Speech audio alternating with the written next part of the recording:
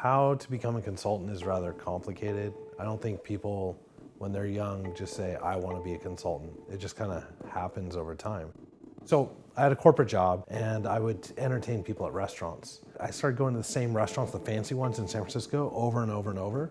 I started getting tired of going to them. So what I did was I found some hidden restaurants and started taking people there. And the restaurants were like, well, how'd you find our place? I'm like, well, it was hard. You need to put a sandwich board out front, make a website, do this. And the restaurateurs were like, hey, that's good ideas. Those work. Can you give us more ideas? We'll pay you. And then I would take lawyers or different business people to lunch at these restaurants, and the restaurants would treat me better. And then they would start saying, well, why are they treating you so well? Because they're one of my clients. And the restaurant was so happy that I was there. So then the lawyer might say, well, I'm leaving a big firm. Can you help me start my own firm? So next thing you know, my big verticals were restaurants and lawyers. We host events. I do keynote talks. Obviously, we do the consulting. We are strategic partners with the government. We do a lot. We don't work with everybody, and not everyone's going to hire us, or not everyone wants to work with us.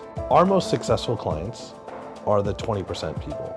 They are the people that have visions and have new ideas. They want to change something. They come to us and say, I have this idea. So we're very good at going from strategy to implementation. It's all about relationships. And through consulting, I get to leverage all my psychology background. So I'm constantly learning every day from my clients, and I'm transferring what I'm learning to other clients. And it just keeps feeding itself. And I really enjoy it a lot. Every business has a process that their clients go through. And what I do is I get paid to learn that process and learn everything about it. And I see that and I improve that process. We're doing different things to make the entire business better and more efficient. We are not focused on growing companies. We are focused on growing people.